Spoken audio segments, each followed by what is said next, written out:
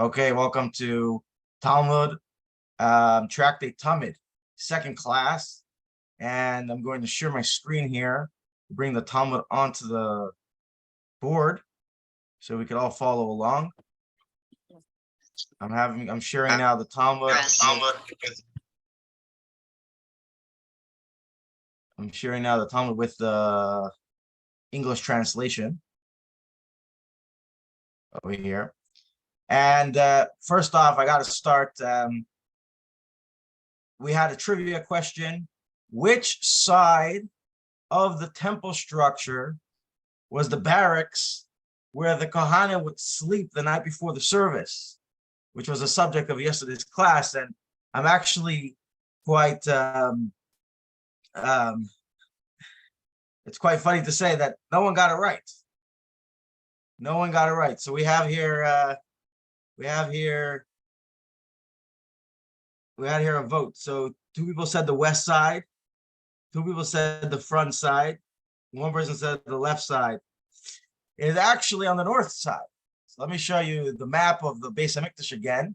So you have that clearly in your mind. This is the structure of the temple of the Beis HaMikdash and all its different details. And as we said, around the perimeter of the courtyard over here, where I'm pointing, which I hope you can see, there was a wall. And in the wall, there was about over here, there was 7 entrances into this courtyard. And these entrances were actually massive chambers in their own right. So when you came in through the gate to get into the temple, you came through a massive chamber. And the chamber over here, where I'm pointing to, which has this dome-shaped kippah, this dome-shaped roof, this was called the Beis HaMoked. As we learned in the Talmud and the Mishna, the Beis HaMoked is the place where the Kohanim would sleep and reside the night before doing the service. We're going to now learn more about this barrack right here as we continue in our Mishnah. Again, just to remind you, the Talmud is made up of 2 parts: the Mishnah, the Mishnaic part, and then the Gemara, which is a commentary on the Mishnah. So the pages of the Talmud flow with 1 paragraph of Mishnah and then many pages of Gemara explaining the Mishnah. Mishnah was an earlier work, which is written in Hebrew, in Lashon Kodesh, ancient Hebrew. The Gemara is a later work, which is written in a mixture of Hebrew and Aramaic. So we didn't even get to the Gemara yet. We're just reading the Mishnah. The Mishnah is the entire gamut of Jewish law. It's very, very large, 60 volumes, the entire Mishnah, and the entire gamut of Jewish law in code, in very cryptic single sentences, just basic ideas which hold a lot of weight, which hold a lot in them. And the Gemara's job is to unpack those ideas for us until we get the entirety of the Talmud. So we're right now talking about the temple service. And as we said yesterday, the temple service starts from the night before.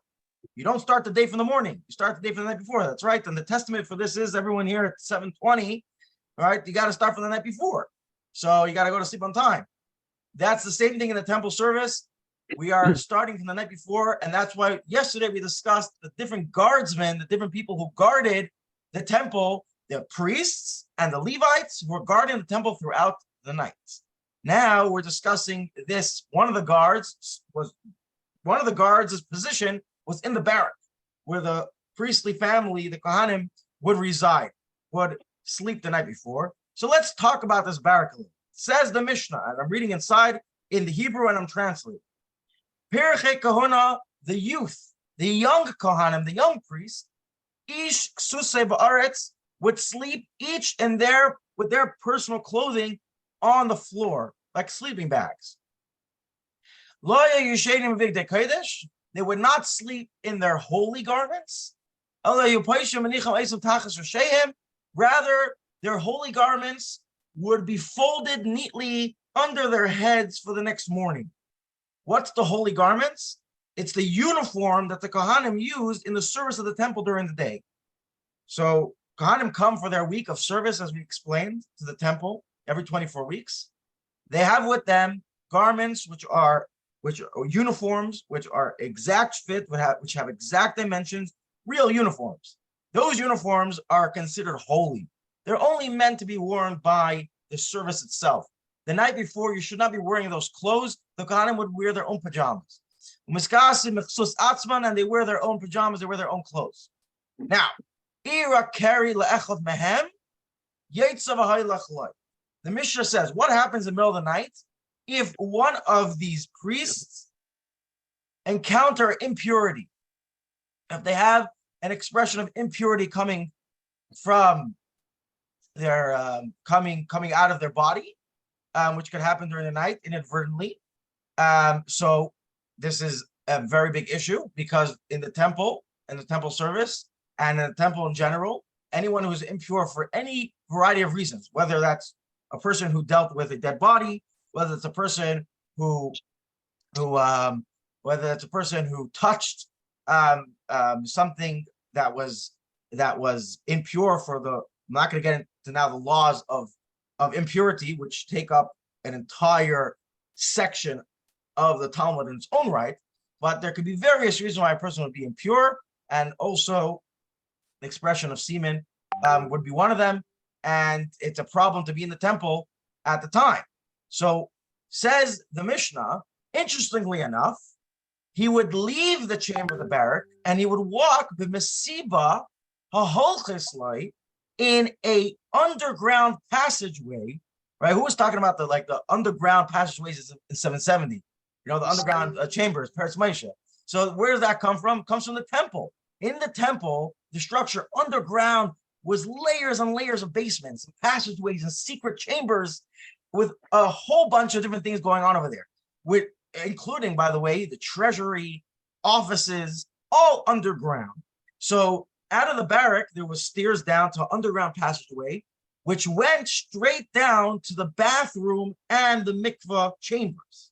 So he would go down into the passageway, Tachas Abira, underground. Venera is dolkos mikan umikan, and there are lights, there are burning lamps hanging on the walls of these chambers from both sides, mikan and mikan, from this side of the side. Achu magia lebesa tefillah, until he comes to the chamber of the mikvah. Mikvah is the main component of becoming pure.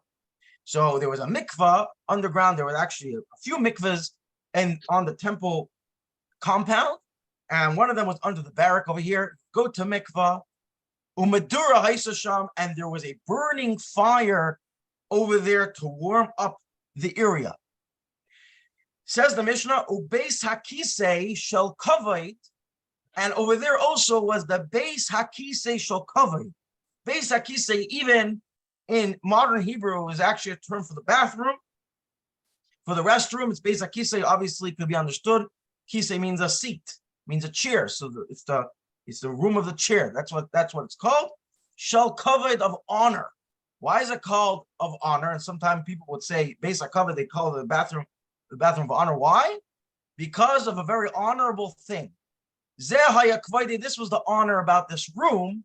Matzai no, if it's locked, yedea sheyesham adam, you know that someone is in there and you don't enter. Pasuach, if it's open, biyadua she'ein sham adam, you know that no one is in there. Now this may seem to us as comical, because obviously all bathrooms in the modern era have locks on them.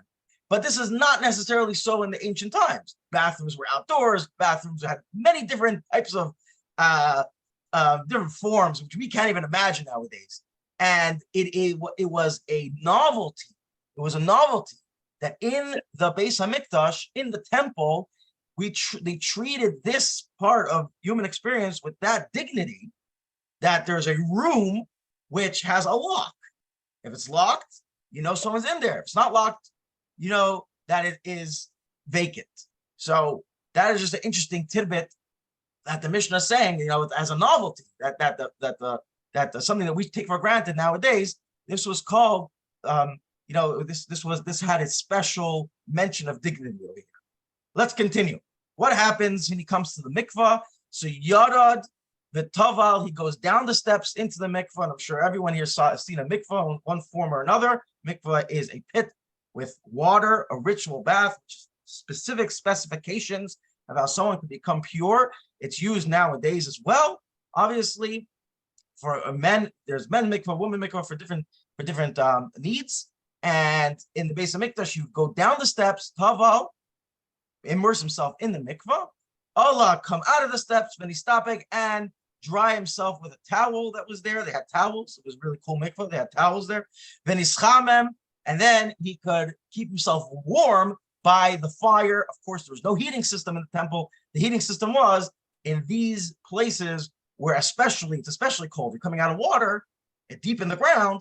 Then they had the heating system was a fire pit, and he get himself warm by the fire pit, so he shouldn't get sick. Keneged Madura sit opposite the fire. And then he goes back up the stairs, back to the barrack, and goes back to sleep amongst the Kohanim, like all the regular Kohanim, until the gates in the morning would open, and he would leave to go outside. Now here I just want to give you context of what we just said over here. If you look back at the map of the temple, you see that this barrack over here on the right side, which is the north side of the temple courtyard, it is a chamber that is also utilized as an access point to the temple, right? As we said, all these access points were actual chambers. So obviously the way the access point worked was this massive chamber, and on one side was a door going to the outside, one side was a door going into the temple. So this chamber found itself directly in the wall of the temple, right? It was built into the wall with a door going in and a door going out, so people can use it as an entryway. And at night, it could be used as a barrack where they close the doors and people sleep on the floor. So it's interesting to note, and we'll get to this later also, but I'm just going to mention now for context, that because this chamber is built in the wall of the temple, half of the chamber was considered holy, sacred space. Half of the chamber is considered non-holy, non-sacred space because it's the outside, because it is half of it found itself under the jurisdiction, under the space of the temple courtyard. It was holy, and half of it was not. So one door, the door going to the outside, was a regular door. The door going to the inside was already part of the temple courtyard space. Why is that important? Because the function of this room is going to be the function of this room could be understood now with this context. For example, there is a rule, we'll get to this later, but there's a rule that there's no sitting or sleeping in the temple courtyard. There's no sitting, or the only person who can sit in the temple courtyard, with the one exception is the head of government, the king. Fine. So if this is used as a barrack, then obviously the sleeping had to happen on the right side of the room, not on the left side of the room, because the right side of the room, there was like kind of like an invisible line going through the room. The left side is already, this half is already part of the temple. This half is considered regular. So a Kohen who becomes impure in the middle of the night, goes to mikvah and everything, comes back to his sleeping position, and it's not a problem.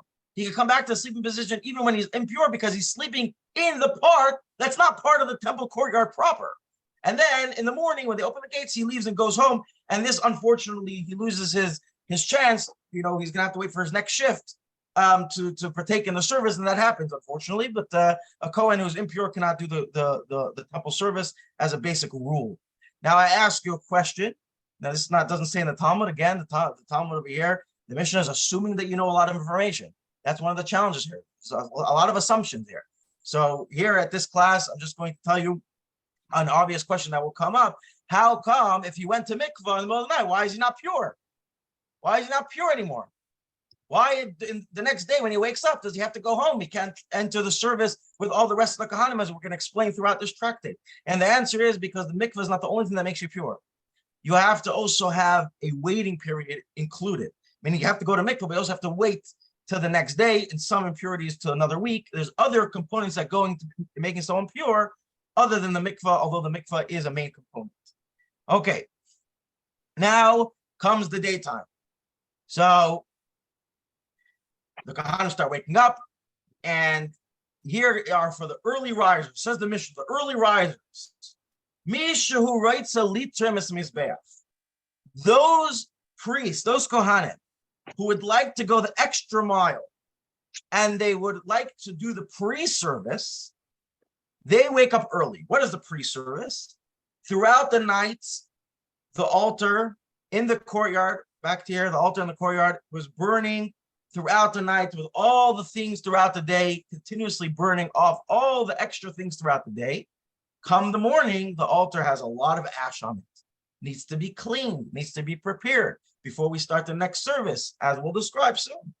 But anyone who wants to volunteer to do the pre-service, which is taking the ashes off the Mizbeach, mashkim, they wake up early, but toivel, and they go to mikveh. Everyone goes to mikveh, even if you're pure.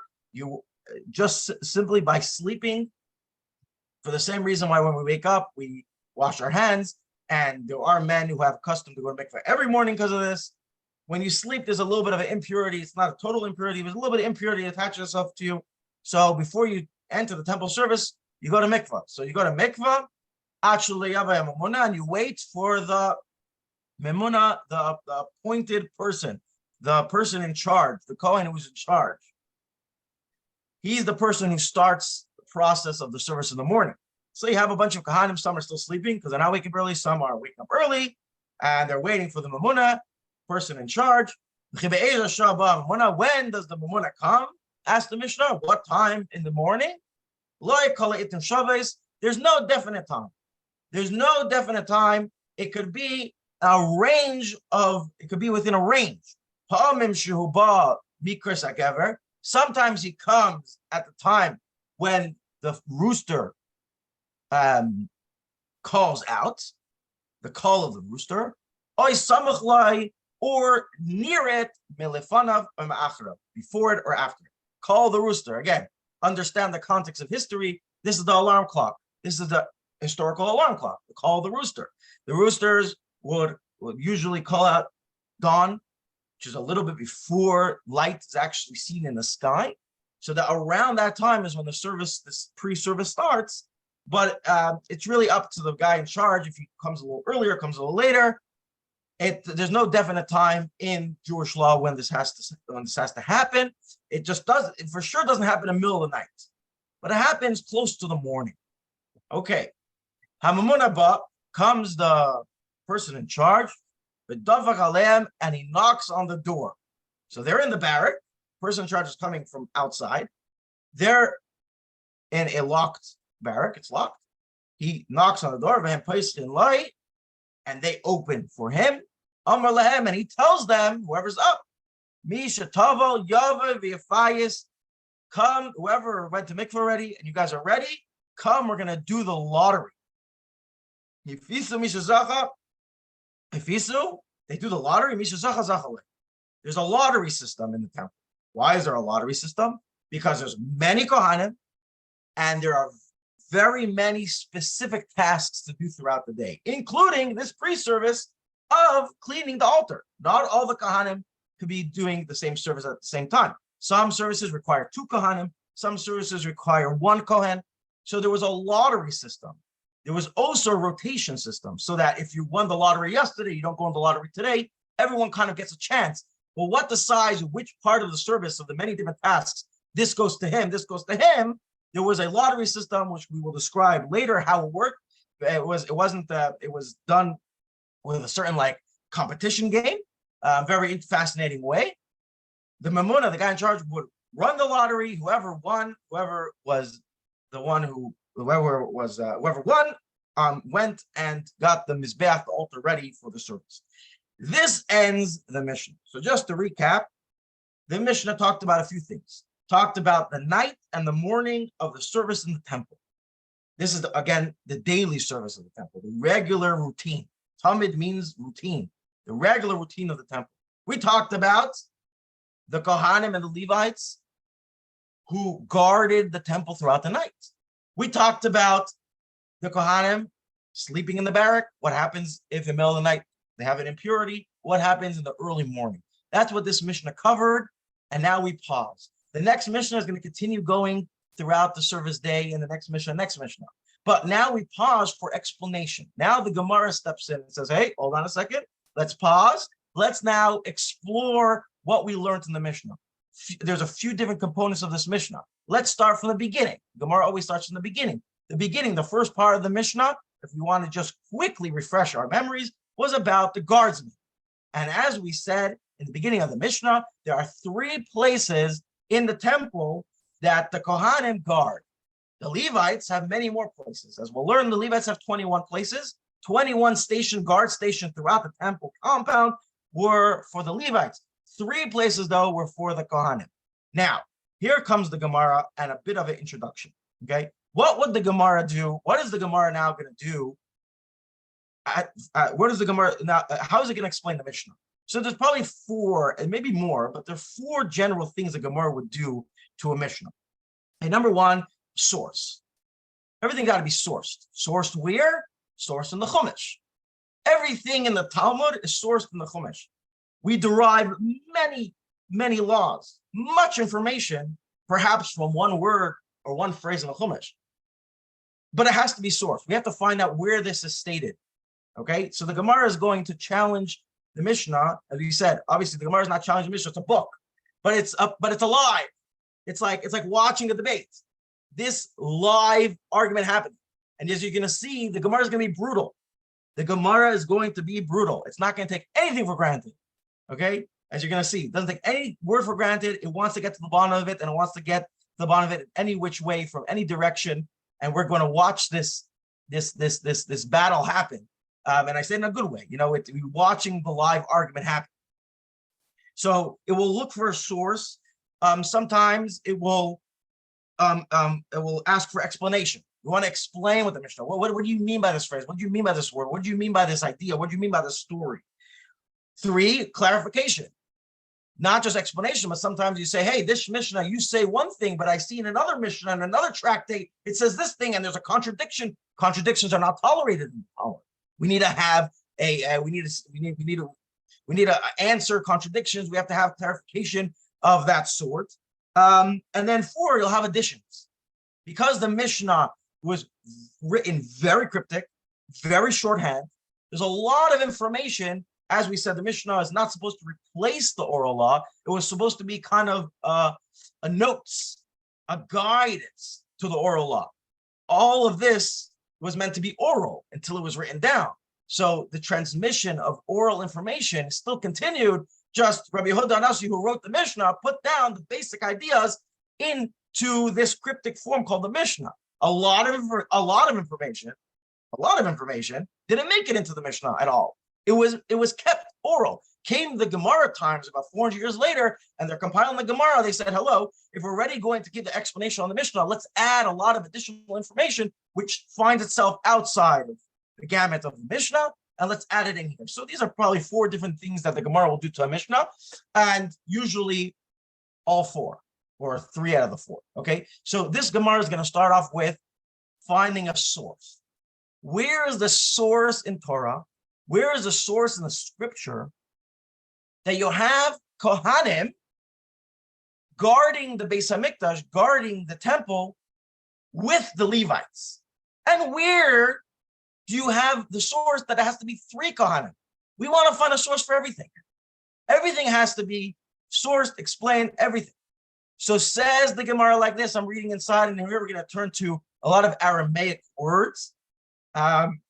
So I'm going to translate nonetheless. So don't worry about that. Minahani mili. How do we know this? Where's the source for this? So Amar Abaya, said the Talmudic sage whose name was Abaye. I have a tradition. Whenever you have a sage in the Talmud piping up, we're attributing a tradition to him. And he didn't make anything up. None of the Talmudic sages made anything up. That's not the way it works here, right? They are stating that they have a tradition that they learn from their teacher, who learned from their teacher within the generational transmission of the oral law, that this is the explanation. And sometimes you see that there are arguments, meaning we're going to find out over here that there are 2 opinions of what the source is. There are 2 opinions. They both agree it's the same pasuk, the same verse. The question is how to read the verse. Now watch how the Gemara is going to tear apart a verse. Watch how the Gemara learns a verse. We read the Torah in Shul. the Bakura reads, and either you listen, you don't listen, or it flows like as if we're reading a story. It's not the way it is. Torah has so much depth, and the Gemara gets down to the depth and it tears it apart.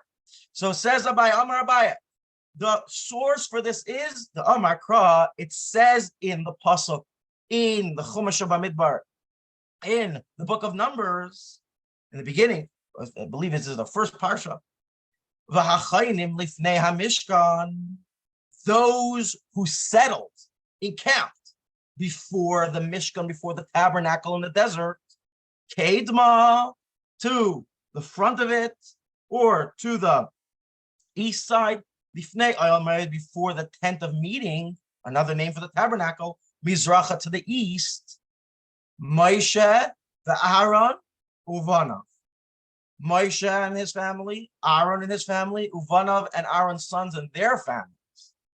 Shaimim Mishmeres Hamikdash, they watched over the Mikdash, they watched over the sanctuary, Lemishmeres B'nai Yisrael, on behalf of the Jews. Whoa.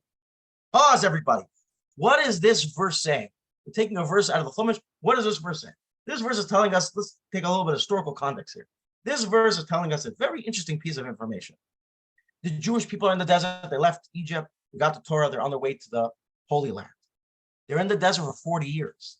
During those 40 years, they had a tabernacle, a temporary Beis HaMikdash, a temporary temple. It was portable, so it could be taken apart, put together. And as they traveled to the desert, it was taken apart and put together. Now, in Bamidbar, in the Chumash of Bamidbar, we learn how the travel happened. It was very precise. Each tribe traveled in a group, all 12 or 13 tribes, because one tribe is split into two. They traveled in a group in this square encampment. And they encamped in a square.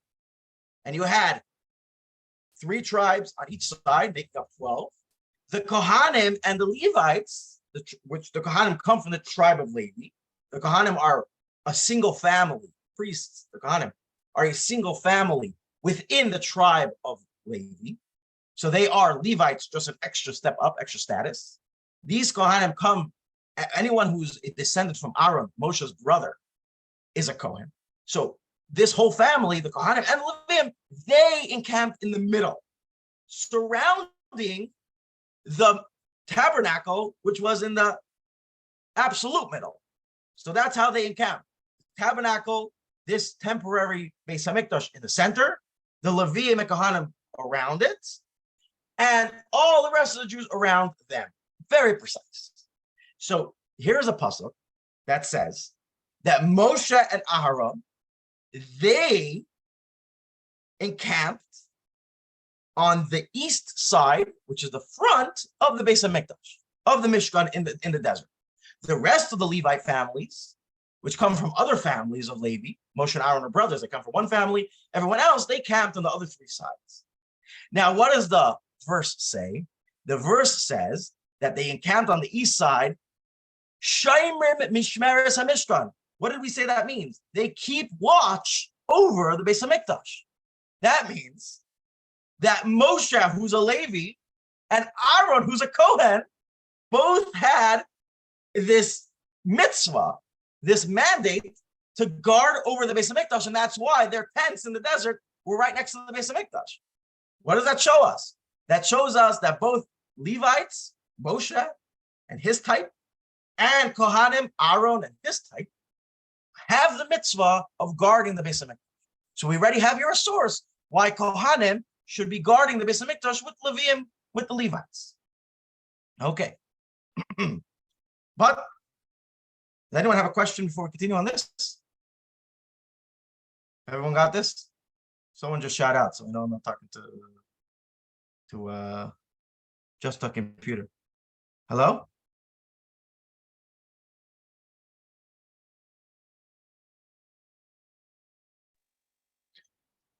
I'm listening. Okay, good. Okay. Let's continue. Says the Gemara. Now here, guys, the Gemara is going to be brutal. Okay. Not going to take anything for granted. We're listening. Oh, it's very nice. You found me a source in the Chumash. You found me a source in the Torah. No, not at all. Gentlemen, the sages say, excuse me, Imri, the sages say, incorrect. Shimur ba'alma eshkechan, you found me a source in Torah that teaches me that there must be a guarding. There's a mitzvah to guard the temple on behalf of the Kohanim and Levim. The boy Kohanim Levim Shimur, that both Kohanim and Levim have to guard. Correct. Mihu, however, Masnisim Tani, our Mishnah stated something else. Our Mishnah went further to say another piece of information. You're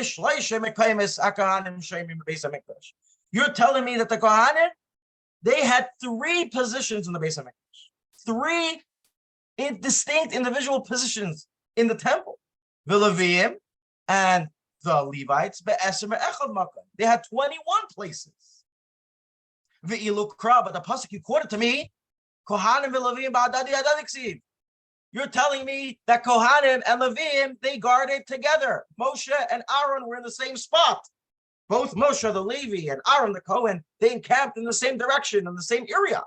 How do you know? How does the Mishnah know what's the source that there was 3 places for the Kohanim and 21 stations for the Levites? Okay? We're not taking anything for granted. We want to know everything.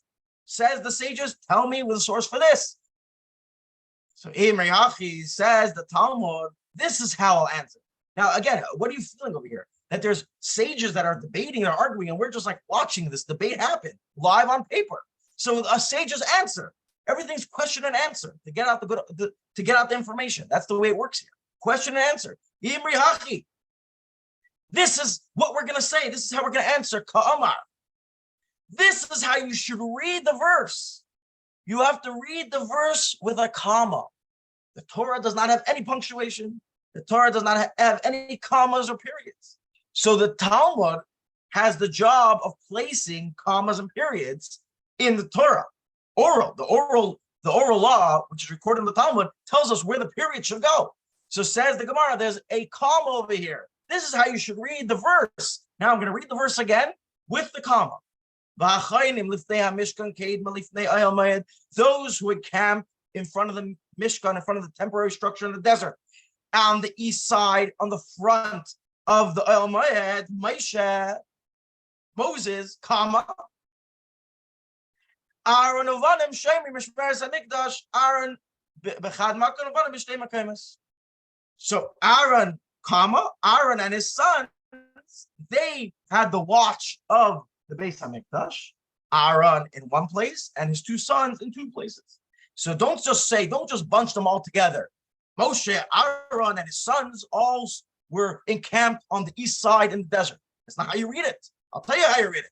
Moshe, comma, Aaron, comma, his 2 sons, comma, put the commas in. And you realize that, yes, they were all encamped on the east side, but each one had their own space. Each one had their own tent. And if each one in the desert had their own space, own tent, we could infer, we could learn, we could understand that the Mishnah is teaching us that in the permanent Beis HaMikdash, the permanent temple in Jerusalem, so too was it that the Kohanim had 3 distinct stations to guard at nights. No, says the Gemara. I don't take that. I don't take that for granted. I'm going to ask further. How do you know the comma goes there? You got to prove that the comma goes there. Mimai, how do you know that's how you read the verse? Moshe, comma, Aaron, comma, and his 2 sons. And you split them up like that. You don't just jump them together. So says the Gemara, how do I know that? Because if I take the content of the verse, I can understand the context of the verse. The content of the verse says like this. It says the encampment of Moshe and Aaron, they guarded the temple. It uses 2 phrases, 2 terminologies in this verse, encampment and guarding. Here is the rule in which the Gemara is relying upon. And listen to this, this is going to be a golden rule. When it comes to a Mishnah, and definitely when it comes to a Pasuk in Torah, there is no tolerance for redundancies. There's absolutely no tolerance for extra words, for extra phrases, for extra letters. There's no tolerance. If there's something that seems extra, it's not extra. It's teaching us something. We have to figure out what, not if. There's no extra letter in Torah. There's no extra letter in the Mishnah. So if you have a verse that tells you that they encamped and they watched over, there's extra. There's extra over here. They encamped or they watched. Why would you have to say both of them? If I just said that Moshe and Aaron had to watch over the Mishkan, you know that that's where they put their tents. If I would just say that they put their tents there, I would understand that they're there for some reason. We have to figure out the very fact that this verse uses both terminologies when describing the story of the encampment in the desert. The fact that it says the word v'achayim and they encamped. And it also says in the pasuk Shemrim, and they watched over. So obviously, each one of these things are coming to tell us something else. So obviously, there has to be a comma. The way to read the verse is that the encampment happened like this, Moshe, and then comma. Next part of the sentence, Aaron and his sons, they watched over the Mishkan. Because if you just jump Moshe and Aaron all together, how would you read the sentence? And they encamped Moshe, Aaron, and his sons and watched over. That's a redundancy. So we understand the very fact there's two terminologies. There's Hachonim, which means encampment. There's Shomrim, which means guardsmen. Obviously, there's a comma here. That's the way you're supposed to read it. The Chonim, the encampment, is attached to the word Moshe. The Shomrim, the guarding, is attached to the word Aaron. How do you read the sentence? Very simple, says the Gemara. And Moshe camped, and Aaron and his sons with him, they guarded. Okay, now it makes sense. Okay, so now, says the Gemara objects. Nope, I'm still not satisfied. You still have to prove something to me. You still have to prove to me. What do you got to prove to me? Ema kul b'chad makayim. Perhaps they all were in the same place. Where do you see in the pasuk, where do you see in this verse that they were in different places, in distinct places? Maybe you're telling me that there had to be 3 guardsmen. There had to be Aaron and his 2 sons. We're learning from that there have to be 3 guardsmen, 3 Kohanim in the temple. But who said that they're in different places? If you remember in the Mishnah, the Mishnah told us that the Kohanim guarded at night in 3 different distinct places, 3 stations. Maybe there are 3 Kohanim in 1 station. You see how it's not taking anything for granted? You got to prove everything. Everything's got to be proven. Show me in the words. Show me in the Chumash where it says that there has to be, that we infer from the story of Aaron and his sons encamping right outside the temporary mikdash in the desert. Show me where there it demonstrates the fact that there has to be 3 distinct stations. Says the Gemara like this. The Gemara explains. You should not think, you should not learn and understand this verse that they were all in the same place.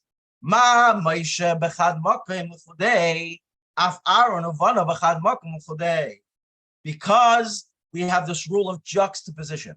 The rule of juxtaposition basically says that if you see something in the verse and they're grouped together, whether in a paragraph or whether and definitely in the same sentence, when things are grouped together, there must be similarities. There must be, unless proven otherwise, they should be as similar as possible. That's why the Torah groups them together. So if the Torah had a verse where mentioned Moshe and his family, Aaron and his sons and their families, and it puts them together in one sentence, they have to be as similar as possible. So there obviously is a comma, which teaches us that they guard separately. But they're just like Moshe was obviously on his own because he's a Levite. So obviously he has his station, he has his tent. So it must be because Moshe and Aaron are put in the same sentence that Aaron and his sons also had their own distinct tents, their own distinct positions of guarding the temple in the desert. And if so, if that is true, then also in the Beis HaMikdash, in the Holy Temple in Jerusalem, the Kohanim get 3 distinct stations where they are to guard. And just to end off this piece of the Talmud, Rav Ashi Omer, oh, that's all Abaye. That's all from one Talmudic sage. That's how you read. That's how you read the verse. To put the commas, to have to read the verse like that with those commas, which tell us that each one has a distinct place. Says Rav Ashi Omer, no. I agree that the source for the Kohanim's mandate to guard the temple, I agree that it's from this verse. I'm not going to argue with that. But what I am going to argue is the fact that you're putting in those commas in those places. That's not necessarily so. Maybe there's no commas over there. Okay.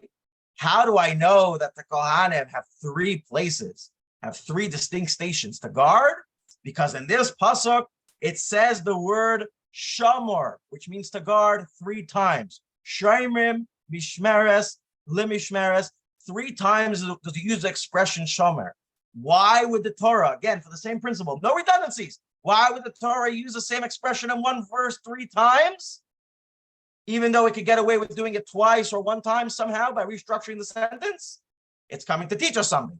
What is it coming to teach us? Rav Ashi has a tradition that says it's coming to teach us that there are 3 distinct places that the Kohanim have to guard. Okay, woof. So basically what we did over here was we took one sentence of the Mishnah, which a simple, it's almost like he gets attacked, he walks to the room. Mishnah says, guys, I just want to tell you that there are 3 places the Kohanim guard in the Beis Hamikdash. Simple sentence. He gets completely attacked in a good way.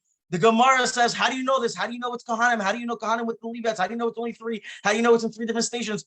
Everything has to be sourced. So what we can learn from today's class is, number 1 is every single term, phrase, word in the Torah is so precise. It's extremely precise. And if there's an extra, you know there's something there. You might not know what it is, but you know that there is something there. So you should look at your psukim, you should look at the Torah in a whole different way. And another thing we can learn out is be a Talmudist. A person who's thinking with a Gemara, it's called a Gemara cup. Anyone heard that expression, Gemara cup? A person has a Gemara brain. You know what a Gemara brain is? You take nothing for granted. Nothing for granted. You want to understand everything to its last detail. And with that, we will end this class. In Mitzvah Hashem, we are going to continue. Please, we love feedback. If this was too hard, too difficult, needs more explanation, you want the class to be in a different form, PM me, and I take all the constructive criticism. Or you could just message the Yankalippa, executive VP of criticism of feedback. Sorry, and Yankalippa will forward it to the CEO.